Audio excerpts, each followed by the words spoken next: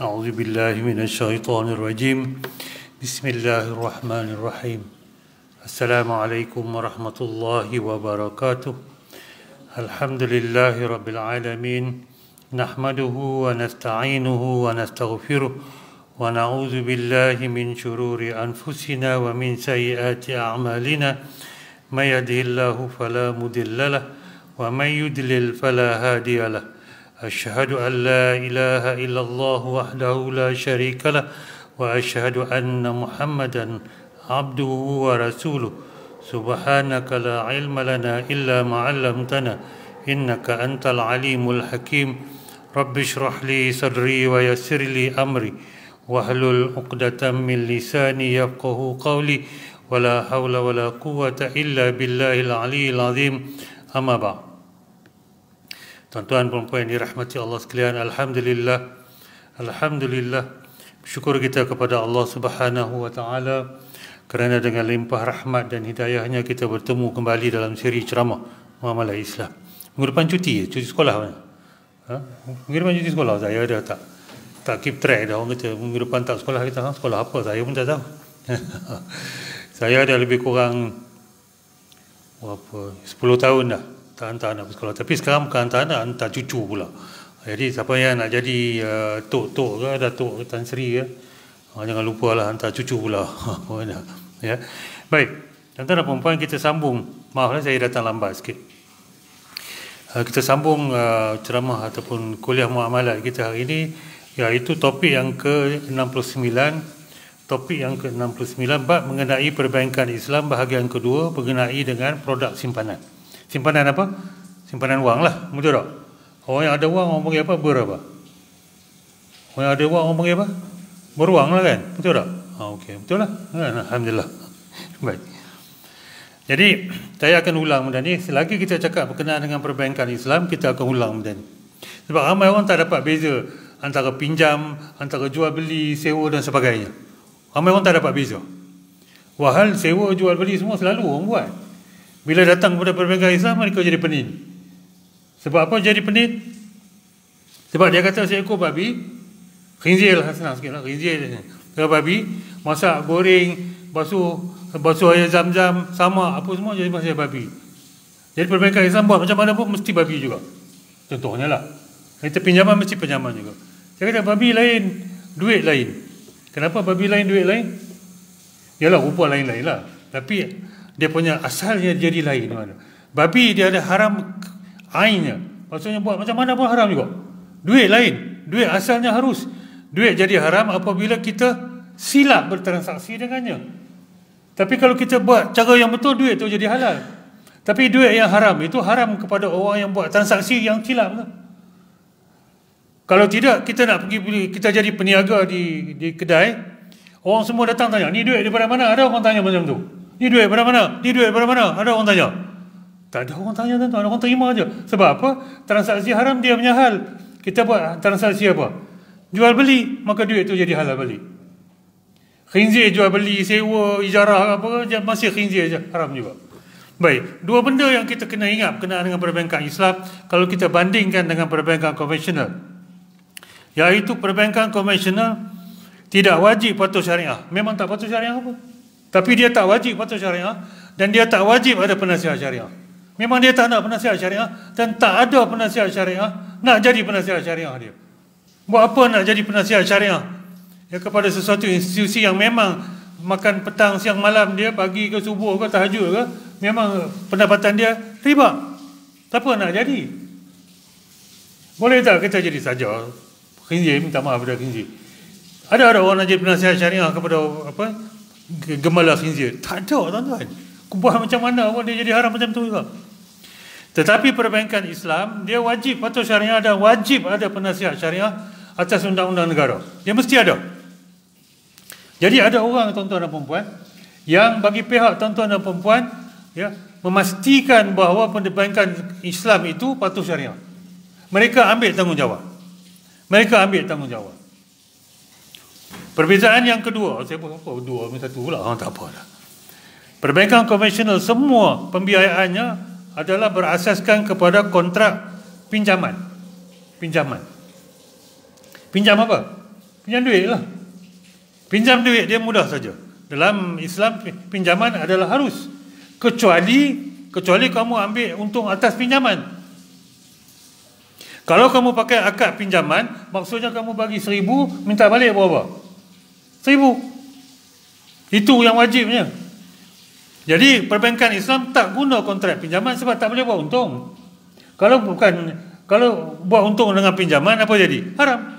Simple je. Perbankan konvensional dia tak ada kekangan kepada syariah. Maka mereka guna akad apa? Pinjaman untuk pembiayaan, loan rumah, loan kereta, loan motor, kredit kad dan sebagainya. Perbankan Islam menggunakan kontrak jual beli, sewa dan perkongsian. Kalau pinjaman tu haram, perbankan Islam buat macam ni. Tak apa, kamu nak rumah, kami beli untuk kamu, kami jual pada kamu. Kamu nak kereta, kami beli pada kamu, untuk kamu, kami sewakan kepada kamu. Halal. Sama lah juga tuan-tuan, beli rumah. Orang ada 2 rumah, dua-dua rumah dia duduk tak? Dia 2 rumah dia duduk tak? Tak, tuan-tuan. Ada duduk, seminggu sini, seminggu sini. Tak ada lah orang macam tu. Kadang-kadang ada lah. Dia duduk, dia ada rumah kat kampung, ya ujung minggu dia pergi duduk kat kampung, betul tak? Ya. Tapi kadang-kadang orang ada 2-3 biji rumah. Yang rumah yang lebih daripada 1 tu dia buat apa? Dia buat sewa. Jadi dia beli rumah, dia sewa pada orang. Okey tak? Okey tak? Okey apa? Dah lama orang buat. Kenapa orang dia bising pasal perbankan Islam? Beli kereta, beli rumah, bagi sewa pada orang. Kenapa orang dia bising? Benda yang sama dibuat berkurun-kurun dah. Kita punya tok nenek pun ada beli rumah dia pergi sewa kat orang. Ya, baik. Jadi itu dua perbezaan perbankan Islam dan perbankan konvensional. Aku tonton tak ingat apa saya beletiak hari ni, besok, lusa, minggu depan, ingat 2 tu saja. Ingat 2 tu saja cukup lah. Selamat dah insya-Allah. Ya, tak ada lah persoalan-persoalan lain. Helah lah, apa helah bermadah lah. Barang beda laku kan. Ya, apalah apa helah ujung dia. Wah, dia tu belajar muamalat pun tak masuk 1 jam pun. Dia dengar kat mana? TikTok, WhatsApp, ya, Facebook group dan sebagainya. Baik. Perbankan Islam banyak tuan-tuan dan puan-puan. Ya, ada 19 ni. 19. Jadi tak ada alasan lagi, tak ada darurat lagi, tak ada dalih lagi untuk kita memilih produk kewangan yang halal dan harus. Ya, baik. Kenapa kita simpan wang? Saya tanya, saya jawab. Minta maaf. Ya. Kenapa kita simpan wang? Sebab apa? Kita nak satu tempat yang kita nak simpan lah. Dulu adalah juga tok-tok kita masa kecil-kecil dulu. Ya. Kita nak pergi rumah dia, lepas balik tu kita tunggu. Tok, ada tak? Kita tanya dia. Ada. Kita ada. Tapi angkat tilam, ada bawah tu ada duit. Tuan-tuan, kalau tuan-tuan simpan 1 juta kat rumah bawah tilam, kenal macam politician. Kenal. Tak kenal sebab apa? Sebab ada benda nak sorok. Orang yang buat kerja haram, dia tak nak simpan kat bank. Sebab apa dia simpan kat bank? Dia takut simpan kat bank. Sebab apa? Sebab audit trail dia nampak semua dari mana ke mana. Sebab itulah ada undang-undang AMLA di Malaysia. Dia orang tak nak simpan kat bank, dia buka satu bisnes. Itu panggil money laundering, tak lepas juga. Dia panggil AMLA. AMLA tu bukan nama orang. Anti Money Laundering Act. Saya pernah terlibat dalam hal ni, jadi saya tahu sikit sebanyak. Jadi kenapa kita simpan duit daripada gaji kita, daripada perniagaan kita? Sebab kita nak selamat simpan. Sebab kalau kita simpan di rumah akan menjemput banyak mata yang sepek seorang. Dia tengok apa, ni banyak duit ni. Kejap-kejap bawa dalam poket, penuh saja. Buka beg, penuh saja. Ya, baik. Dan yang kedua, untuk kita akses ataupun menggunakan duit kita di mana kita boleh. Kita tak nak beli kereta, kita kena bawa dalam poket, RM50,000. Kita senang aja. Pakai apa? Pakai rentas orang panggil. Lebih pada RM15,000, RM20,000, kita pergi kat bank, dia transfer pakai rentas. Tekan rentas je, petang ni sampai. Ataupun duit now, macam tak duit now. Duit now, tekan je, kontu dapat je. Betul. Habis cerita. Hutang berapa banyak pun. Kemudahan Allah dah bagi. Okey lah. Orang dah bising pasal duit digital lah, ID digital lah, akhir zaman. Saya kata akhir zaman sejak Nabi dah akhir zaman. Apa yang kamu dah bising sangat? Betul tak? Sejak Nabi akhir zaman apa dia? Nabi Muhammad SAW. Bila bangkitnya Nabi SAW, itu dah akhir zaman dah. Baik. Apa jadi apabila kita tukar duit-duit daripada duit kertas kepada elektronik? Itu bab lain kita bincang.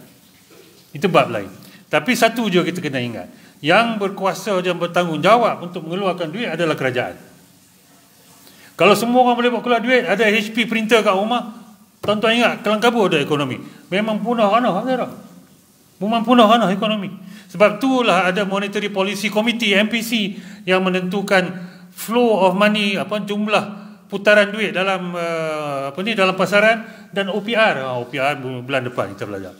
Bulan depan kita belajar OPR. Tuan-tuan tak main saja. Ya, bulan depan kita belajar pasal OPR ya. Lepas tu tak main, jangan komplain dah. Baik. Cara kedua kita simpan ya adalah secara tidak langsung. Akaun simpanan semasa walaupun tidak diberi riba, kalau kita disimpan di perbankan konvensional, kita terlibat dengan riba. Setengah orang kata, saya ambil American Express, saya ambil kad kredit perbankan konvensional, tapi saya bayar penuh. Saya bayar penuh. Tuan-tuan bayar tiap-tiap bulan fees ke apa ke di perbankan konvensional, dia guna duit tu untuk bagi pinjaman pada orang. Itu dia orang punya income dia orang riba. Jadi tuan-tuan terlibat. La'ana Rasulullah sallallahu alaihi wasallam akilar riba wa mukilahu wa katibahu wa syahidahi wa qalahum sawa. Sadaqa Rasulullah. Sabda Rasulullah sallallahu alaihi wasallam, Rasulullah sallallahu alaihi wasallam melaknat pemakan riba, yang memberi makan riba, yang menulis transaksi riba, dan dua saksi transaksi riba. Beliau mengatakan mereka semua sama. Jadi siapa yang bukan bagi riba, ambil riba, tapi terlibat dengan riba secara tidak langsung, jadi guarantor, tulis loan contract, ya, jual jual insurans konvensional, jadi apa lagi, ambil produk perbankan konvensional, semua terlibat dengan riba. Tuan-tuan tahu apa dia perbankan konvensional yang mana satu? Saya tak payah cakap lah dah. Ya, baik. Tuan-tuan dan puan-puan yang rahmati Allah sekalian, akaun simpanan terbahagi kepada dua. Akaun simpanan yang menggunakan akad simpanan, ya, bentuk simpanan, dan yang kedua adalah akad bentuk pelaburan. Akad bentuk pelaburan yang menggunakan akad-akad seperti akaun simpanan yang bukan akaun pelaburan ialah akad qard, akad tawarruk, dan akad bai asraf. Apa dia ni? Ustaz ni semua Arab-Arab ni apa? Dia orang ni nak tukar istilah ajalah. Betul tak orang cakap? Saya kata hukum datang daripada Al-Quran. Al-Quran bahasa apa? Bahasa Melayu ke bahasa apa? Bahasa Arab. Jadi mereka ambil bahasa Arab dari situ. Kenapa? Bahasa Melayu ni pelik sikit. Bukan pelik. Ya. Contoh saya ambil pinjaman. Orang pergi pinjam beras pun disebut pinjaman. Betul tak? Esok dia nak ambil motor kamu, dia kata pinjam juga. Semua dia pakai pinjam. Jadi dalam muamalah Islam, kita guna bahasa Arab sebab kita nak identify betul-betul tak ini pinjaman wang ke, ini sewa motor free ke. Nampak tak? Beza-beza semua kita pakai. Contohnya, kalau sewa free, kita panggil i'arah. Kalau sewa kena bayar, kita panggil ijarah. Nampak tak? Sebab apa? Sebab apa? Sebab undang-undangnya lain-lain, syarat-syarat dan rukunnya lain-lain. Sebab itu kita kena pakai istilah yang betul. Bukan kita nak tukar istilah jadi halal. Kalau nak tukar istilah jadi halal, seperti yang saya sebut selalu, minta maaf, tukar nama girlfriend jadi isteri. Siap? Boleh tak? Tak boleh pula. Orang kata. Betul tak? Tak boleh tak? Kena ada akad nikah, kena ada kena ada wali persetujuan. Nampak tak? Syarat-syarat kena ikut baru boleh jadi isteri. Bukan dia kata, hari ni yang jadi, dulu yang jadi girlfriend aku, sekarang kita tukarlah jadi bini. Istilah aja. Nampak tak? Boleh tak? Boleh pula. Jadi bukan saja kita tukar istilah, kita tukar kaedah. Ya, kita tukar kaedah. Baik. Produk simpanan yang biasa sangat, yang lazim di perbankan Islam dipanggil contract card. Card maksudnya pinjam, hutang. Apa ni, saya nak simpan apa? Saya hutang pula. Tidak. Kamu bagi pinjam kepada bank. Kamu bagi pinjam kepada bank. Card maksudnya pinjam dan hutang. Pelanggan akan memberikan persetujuan kepada bank untuk menggunakan keseluruhan atau baki akaun dalam cara apa sekalipun. Sebarang keuntungan yang dijana oleh bank dari penggunaan dana tersebut adalah milik bank. Kita kata bank, saya bagi kamu simpan duit ni tapi guna akad kad. Maksudnya bank kata, okey akad kad saya boleh guna ikut suka saya. Tapi bila kamu nak duit, dia kena bagi on demand, dia panggil. Jadi kalau bank guna semua duit kamu pun, kamu simpan juta pun, kamu cucuk ke ATM minta 1,000 pun dia kena bagi juga 1,000. Faham tak? Ya? Baik. Bank boleh mengikut budi bicara mutlaknya, memberikan ganjaran atau hibah kepada pelanggan, tapi tak boleh jamin. Dia ikut suka dia nak bagi. Sebab apa? Kalau dia jamin bagi sesuatu untung, maka jadi riba. Kadang-kadang dia bagi hibah, dia tulis hujung tahun. Kadang-kadang dia bagi, sebab apa? Dia guna duit kamu, dia nak bagi juga. Sepatutnya dia tak perlu bagi pun.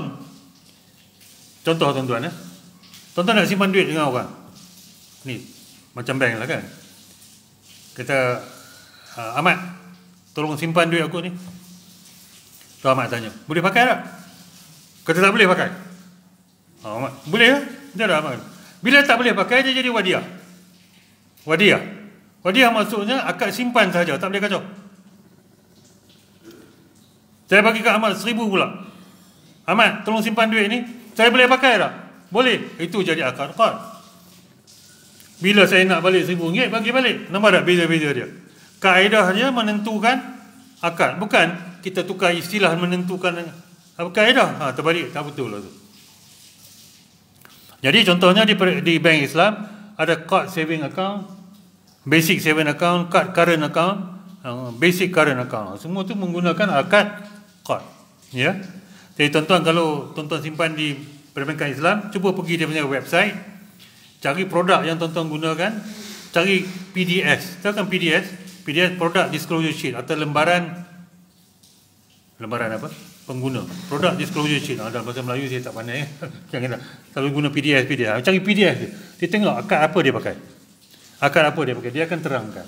Sebab apa? Bila kita simpan duit di bank, kita setuju kepada apa yang ada dalam PDS tu. Kita setuju apa yang ada dalam PDS tu. Maybank contohnya, dia panggil apa? Saving account I, YP account I, bukan Yahudi ya, YP. Baik marah pula, orang kata Yahudi pula. Ya. Maybank To You Savers I, Intin Savers I dan sebagainya.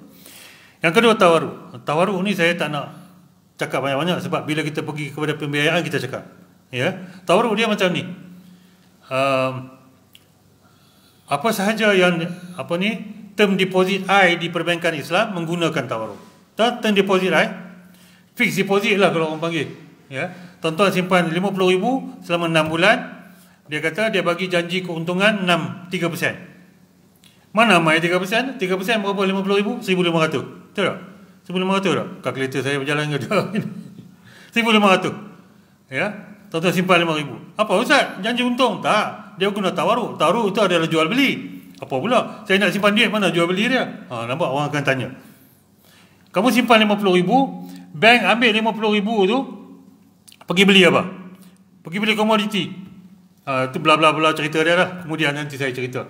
Bila kita pergi kepada pembiayaan, apa dia tawaruh. Tawaruh banyak digunakan semasa pembiayaan kenderaan. Pembiayaan peribadi. Orang panggil apa? Orang panggil cash financing. Contohnya tuan-tuan nak pinjam 10,000. Bank bagi memang 10,000 pada tuan-tuan. Tapi tuan-tuan kena bayar berapa? 15,000 contoh. Mana mai 5,000 gitu? Takkan bank bagi pinjam 10,000, tuan-tuan kena bayar balik 10,000? Tak jadilah bank macam tu. Betul tak?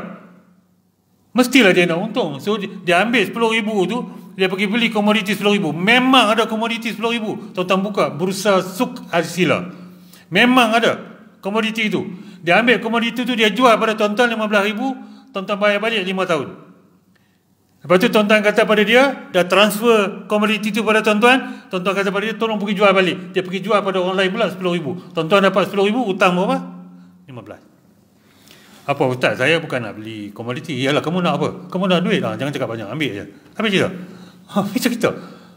Bukan memang. Tapi tuan-tuan, kalau bank beli komoditi 10,000 tu, ya, ikut syarat dia, tuan-tuan boleh ambil, letak depan rumah, boom, satu tong tu, FCPO semua boleh letak dalam tu.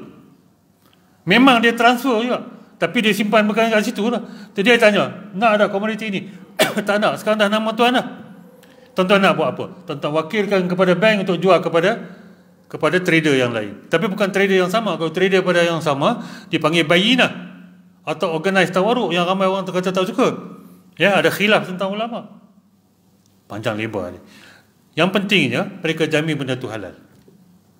Ya, dan cara mereka buat itu untuk memudahkan.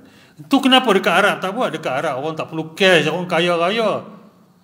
Dia orang bukan perlukan cash, dia orang tak perlu cash. Dia orang perlu investment account. Dia orang ada duit banyak dah. Buat apa?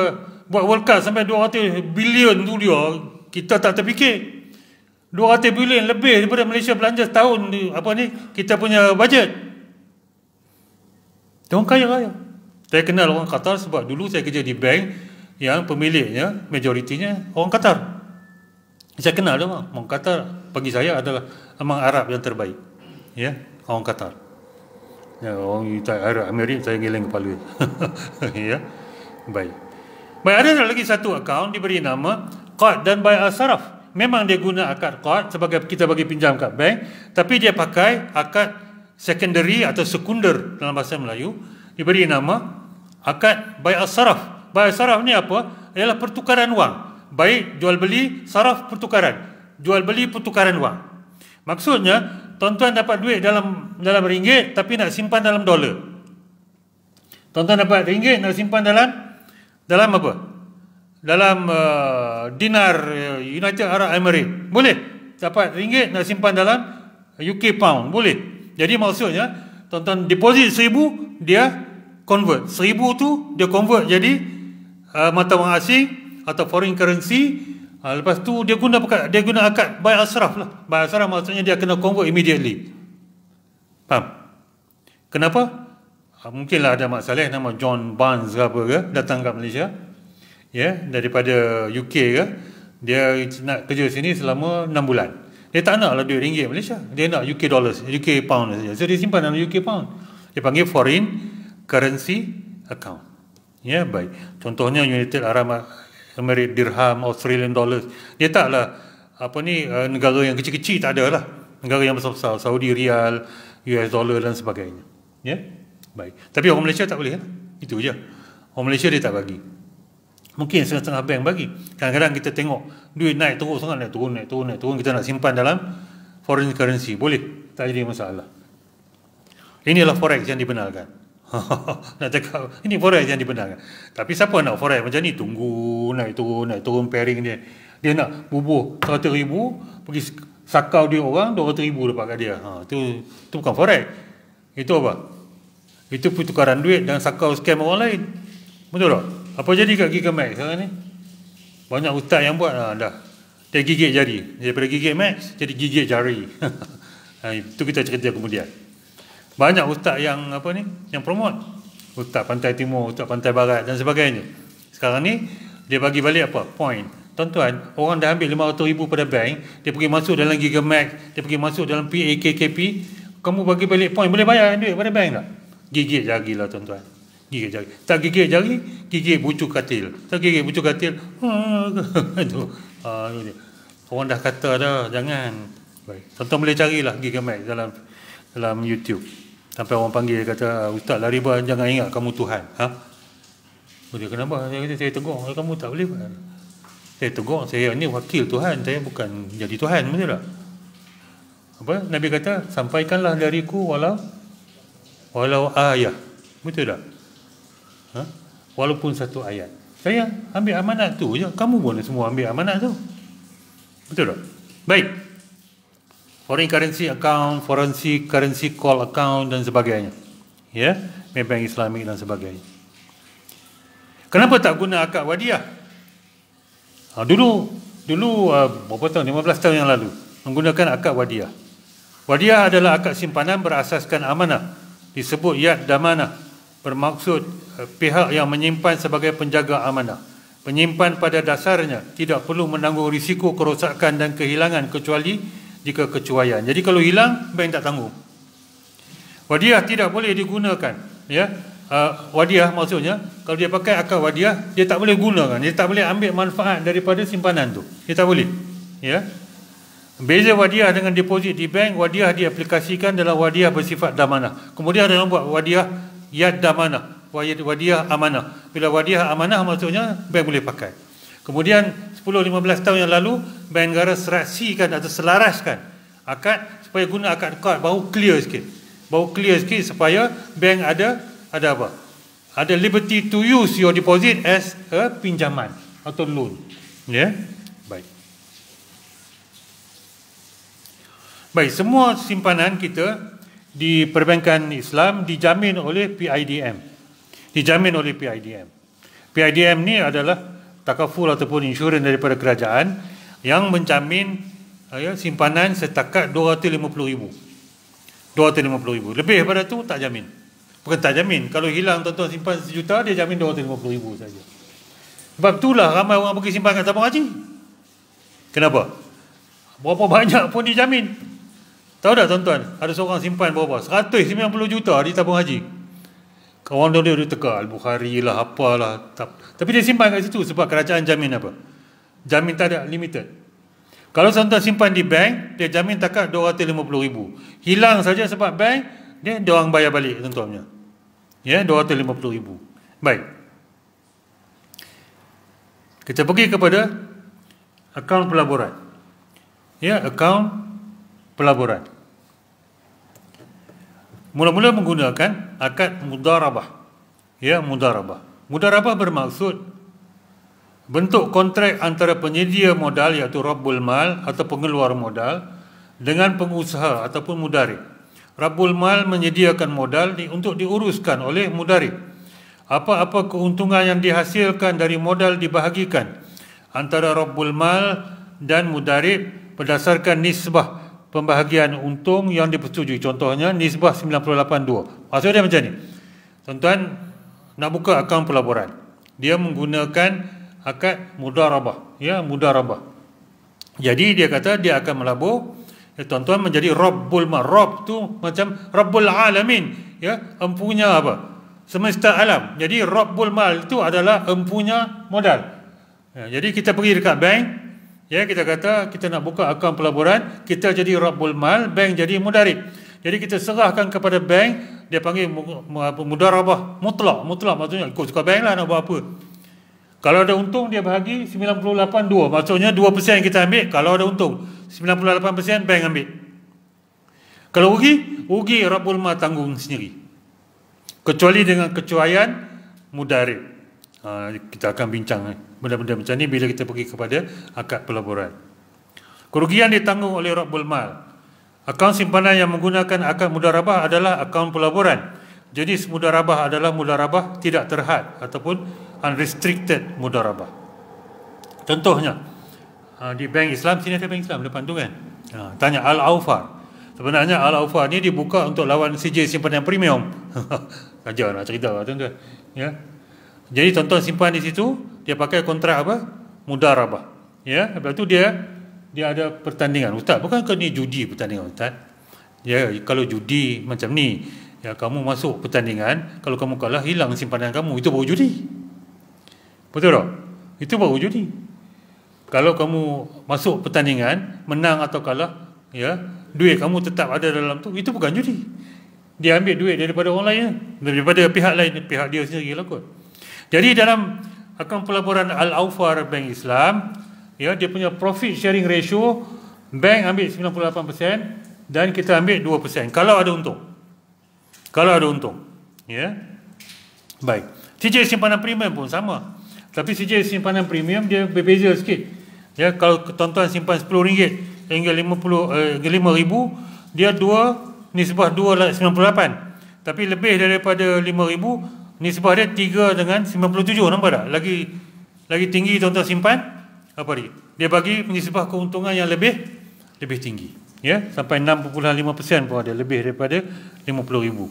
Ya. Dan bukan dia janji untung. Dia kata kalau ada untung dia bahagi untung macam tu. Ya, dia bahagi untung macam tu nisbah dia. Jadi ini adalah akad mudarabah. Ya, mudarabah.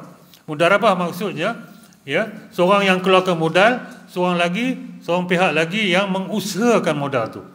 Tuan-tuan simpan duit ataupun melabur dalam Al-Awfar, tuan-tuan pergi kacau tak macam mana bank Islam melabur? Ni tak boleh ya, ini tak boleh bank, tak boleh letak dalam ni ya. Tak ada kacau. Tuan-tuan serah secara mutlak. Ya. Baik. Adakah ini judi? Tidak. Tu dia, saya jawab sendiri. Bukan judi. CJ simpanan premium. CJ simpanan premium adalah menggunakan akad mudarabah, akad pelaburan mudarabah. Baik. Ada juga yang menggunakan akad wakalah. Nampak tak? Dari segi kenapa mereka menggunakan akad berlainan? Sebab mereka nak operasikan simpanan tuan-tuan dan perempuan dengan cara yang berbeza. Dengan cara yang berbeza. Ya. Wakalah ini bermaksud pihak iaitu mewakil memberi kuasa kepada pihak lain sebagai ejen mereka, wakil, untuk melakukan tugas tertentu dalam hal-hal yang didelegasikan, baik secara sukarela ataupun dengan cas. Wakalah bil istismar adalah satu kontrak yang digunakan dalam kontrak pelaburan dalam industri kewangan Islam. Apa dia wakalah bil istismar? Wakil pelaburan. Wakalah bil istismar ialah wakil pelaburan. Wakalah bermaksud wakil, istismar bermaksud pelaburan. Jadi maksudnya kita wakilkan sesuatu pihak untuk melakukan pelaburan. Contohnya, mana contoh dia? Contohnya tabung haji. Ya, tabung haji. Dulu tabung haji guna wadiah juga. Tapi dia nak bagi clear. Dia kata, tabung haji kata, ya, semua keuntungan ni, ya, pendeposit yang punya. Semua keuntungan daripada pendeposit ni adalah pendeposit yang punya. Bila mereka menggunakan benda ni 6 tahun, 7 tahun yang lalu, saya rasa masa tahun 2019, 4 tahun yang lalu, mereka clearkan benda ni. Sebab apa? Dulu mereka gunakan wadiah yad damanah. Wadiah yad damanah.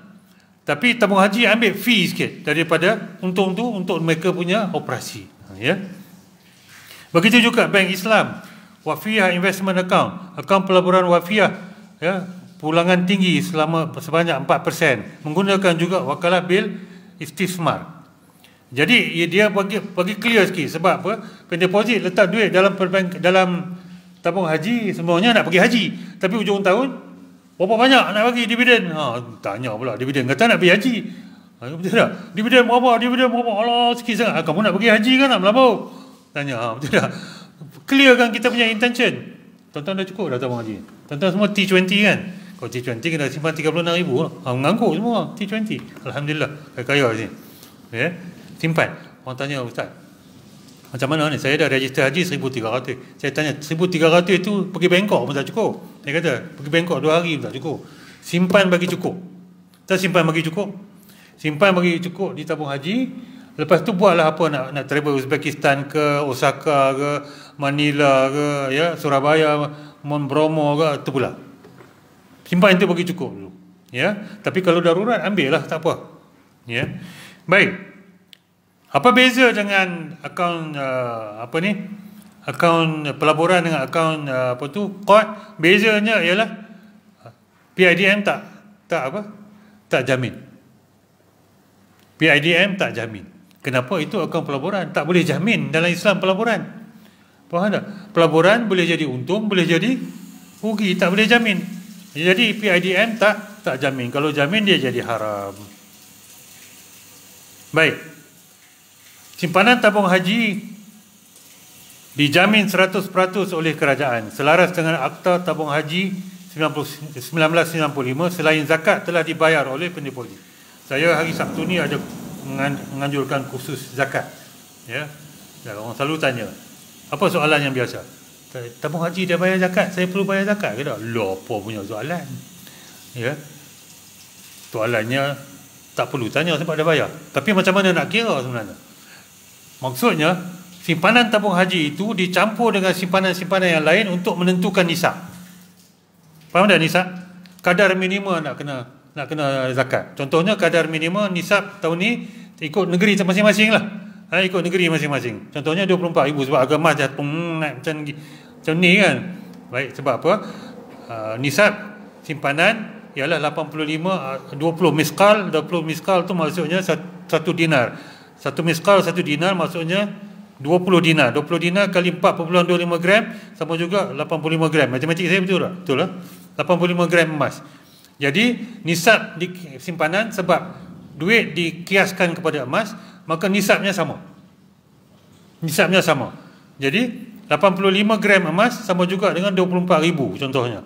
Jadi tonton campur semua simpanan sama dah, lebih dah 25,000 kena bayar zakat. Tapi yang tabung haji keluarkan tak payah kira tabung haji untuk zakat. Sebab tabung haji dah bayar zakat.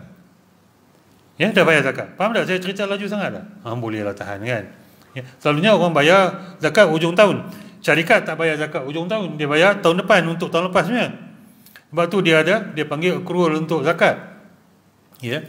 Jadi tabung haji, simpanan di tabung haji 100% dijamin oleh kerajaan. Tiada had simpanan di tabung haji tiada had simpanan di tabung haji yang dijamin oleh kerajaan berbanding dengan had jaminan deposit PIDM sebanyak 250,000 di bank. Di bank, ya, kerajaan jamin atau PIDM jamin setakat 250,000 satu akaun. Jadi kalau tuan-tuan nak dapat jaminan tu, buka banyak-banyak akaun. Bila banyak-banyak akaun, LHDN akan datang, halo, banyaknya akaun. Tuan-tuan tahu kenapa Imadani kena register? Panjang cerita dia. Orang kata sebab apa? Sebab nak tahu kan. Yang baik. Banyak orang bising pasal cash out. Mak Imadani tak boleh buat lah. Habis cerita lah. Apalah semua orang dah bising. RM100 pun nak cash out, nak pergi lawan syarat-syarat. Saya kata, ya, ayat 1 surah Al-Ma'idah kata, wahai orang-orang beriman, ya, penuhilah akad-akad kamu. Ayat 1 tu. Ayat nombor 1 tu, surah Al-Ma'idah. Ya. Apa maksudnya? Apabila kita berjanji kita nak patuh, kita patuh. Kalau kita tak nak patuh pada syarat tu, jangan ambil. Orang kata itu duit rakyat. Bukan, tuan-tuan dah bagi pada kerajaan, duit kerajaan. Faham tak? Tuan-tuan dah bagi pada kerajaan, takkan duit rakyat lagi. Dia. Jadi kalau kita tak setuju dengan syarat-syarat tu, jangan ambil. Tapi bila kita dah setuju, jangan konon-konon. Ada syarat dalam tu, tak boleh cash out, tak boleh apa semua, jangan. Pergilah beli pasal saya, kadang-kadang pakai pun pergi, kenapa dia tak? Saya pun dapat, orang miskin saya. Ya, saya kadang-kadang pergi beli nasi lemak tak. Kenapa tak tolak? Rupa-rupanya orang nasi lemak tu pakai akaun persendirian. Tak akaun persendirian, bukan akaun bisnes. Kalau dia pakai akaun bisnes, memang dia tolak immediately. Ya, baik. Jadi pecahan pin deposit di tabung haji, jumlah pendeposit seorang dia menyimpan 190 juta. Tu dia. 190 juta. 117,000 pendeposit atau 1.3% pendeposit menyimpan 35 juta atau purata 300,000 seorang. 9.2 juta 0.29 juta ataupun 98% daripada pendeposit menyimpan 35 juta, ya, iaitu seorang purata 3,789. Tuan-tuan tengok tak? Ya, 1.3% pendeposit menyimpan 50% daripada total deposit. Faham tak? Faham tak? Matematik tak? Ya, yang lain simpan sikit-sikit, RM50 bawa keluar, RM50, RM25, RM100 bawa keluar 80. Dia balik tak habis. Tapi kalau tuan-tuan dah register haji, dia blok 1,300. Ya, dia blok 1,300. Tapi haji lagi, simpan dulu. Kalau tak pergi haji itu meninggal, tak apa. Kita dah niat betul nak buat dah. Nanti saudara kita yang pergi haji buat badal haji. Ya, itu cerita lain. Faham ya tuan-tuan? Itu saja. Itu saja, ya, yang baik itu daripada Allah Subhanahu Wa Taala. Yang buruk daripada saya sendiri kita sudahi dengan tasbih kafarah surah Al-'Az dan sikit doa. Subhanakallah wa bihamdika asyhadu an la ilaha illa anta astaghfiruka wa atubu ilaik. Bismillahirrahmanirrahim. Wal 'asri innal insana lafi khusr illa alladhina amanu wa 'amilus solihat wa tawasaw bil haqqi wa tawasaw bis sabr. A'udzu billahi minasy syaithanir rajim. Bismillahirrahmanirrahim. Alhamdulillahi rabbil alamin. والصلاة والسلام على أشرف الأنبياء والمرسلين سيدنا محمد وعلى آله وصحبه أجمعين. اللهم إنا نسألك علما نافعا ورزقا طيبا وعملا متقبلا. ربنا آتنا في الدنيا حسنة وفي الآخرة حسنة وقنا عذاب النار. وصلى الله على سيدنا محمد وعلى آله وصحبه أجمعين. والحمد لله رب العالمين. والله أعلم بالله التوفيق والهداية. والسلام عليكم ورحمة الله وبركاته.